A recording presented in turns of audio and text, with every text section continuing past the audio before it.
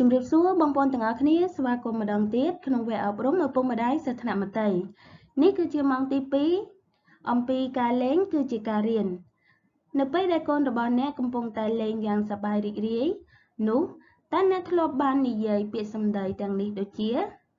អានឹងវាមិនមែនធ្វើបែបហ្នឹងនោះទេតើចង់ឲ្យម៉ាក់ជួយធ្វើដែរឬអត់ជាដើមចំណុចសំខាន់នៃវីដេអូនៅថ្ងៃនេះគឺជាវិធីសាស្ត្រដែលមិនរំខានដល់ការលេងរបស់កុមារការលេងដោយសេរីគឺជាការលេងដែលកុមារជាអ្នកដឹកនាំហើយក៏ជាការលេងដែលមិនពាក់ព័ន្ធគោលដៅឬសមិទ្ធផលដែលបានកំណត់នោះឡើយ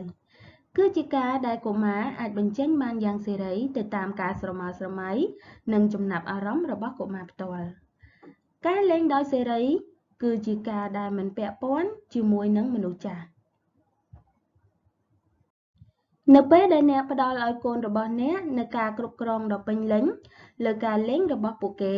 នោះកុមារអាចបង្កើននូវការរៀបចំផែនការពីការលេងដោយផ្ទាល់ខ្លួនឯងបានឯករាជ្យភាពនិងស្វ័យភាពនៅពេលដែលកុមារដោះស្រាយបញ្ហាបទពិសោធន៍ដែលថាខ្ញុំគឺជាម្ចាស់គឺអាចជួយលើកកម្ពស់នូវជំនឿជឿជាក់លើខ្លួនឯងរបស់កុមារការលេងដោយសេរីគឺជាដំណាក់កាលដំបូងបំផុតដែលការរៀនពីការដឹកនាំដោយខ្លួនឯងនៅពេលដែលកុមារចូលរួមនៅអ្វីដែលខ្លួនចូលចិត្តនោះគឺអាចបង្កើននូវការផ្ដោតអារម្មណ៍របស់កុមារបានយ៉ាងប្រសើរឡើងដោយធម្មជាតិហើយក៏កាន់តែឡើងនូវសមត្ថភាពក្នុងការគិតដែលប្រកបដោយមានភាពច្នៃប្រឌិតកុមារអាចរៀនពីដំណើរការដែលស្វែងរកនូវចម្លើយដោយខ្លួនឯងបានគឺមានឪពុកម្ដាយដែលរំខានដល់ការលេងរបស់កុមារដោយមិនបានតាំងចិត្តគឺជាសមត្ថភាពដែលវាយតម្លៃអំពីសមិទ្ធផលឬបង្រៀនពីវិធីសាស្ត្រលេងដូចជាអាហ្នឹងវាមិនមែនសងបែបហ្នឹងនោះទេកូនធ្វើវាទាំងអស់រួចហើយត្រូវការរៀបចំវាឲ្យបានល្អដូច្នេះតើតួនាទីរបស់ឪពុកម្ដាយគឺជាអ្វីនោះគឺជាការដែលឪពុកម្ដាយក្លាយជាអ្នកជំនួយនៃការលេងសូមជួយផ្ដល់ឲ្យកុមារនៅសម្ភារៈលេងផ្សេងៗទាំងជួយបង្កើតបរិយាកាសដែលមានសុវត្ថិភាពដែលអាចលេងបានដោយសេរីបានហើយក៏ជាការដែលសំខាន់ខ្លាំងមែនទែនក្នុងការដែលជួយគាំទ្រ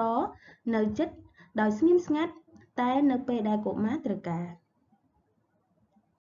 មនុស្សតែងតែព្រួយបារម្ភអំពីវិធីសាស្ត្រលេងឲ្យបានល្អជាមួយនឹងកុមារប៉ុន្តែអ្វីដែលសំខាន់គឺមិនមែនដឹកនាំលេងការជួយលេងនោះទេ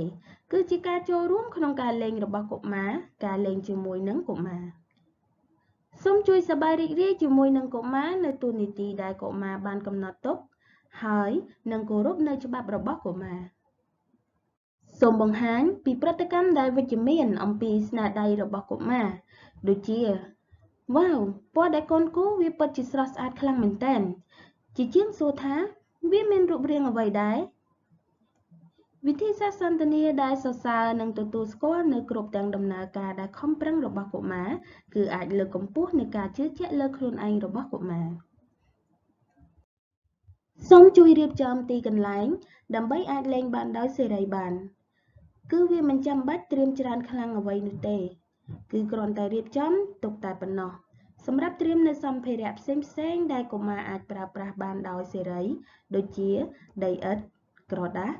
ទឹកថ្នាំពណ៌សម្ភារៈគ្រឿងប្រើប្រាស់មួយទឹកជាដើម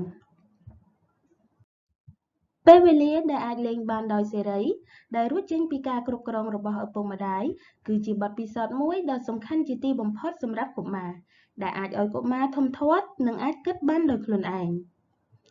នៅម៉ោងក្រោយខ្ញុំនឹងប្រាប់អំពីផ្នែកសង្គមភាពដែលរៀនពីការលេងជាតួនាទីអរគុណសម្រាប់ការទស្សនាវីដេអូមួយនេះប្រសិនបើជាជំនួយដល់បងប្អូនទាំងអស់គ្នាសូមកុំភ្លេចជួយចុច like subscribe និងចុចសញ្ញារូបកណ្ដឹងដើម្បីទទួលបានមេរៀនថ្មីៗល្អៗបន្តទៀតសូមអរគុណ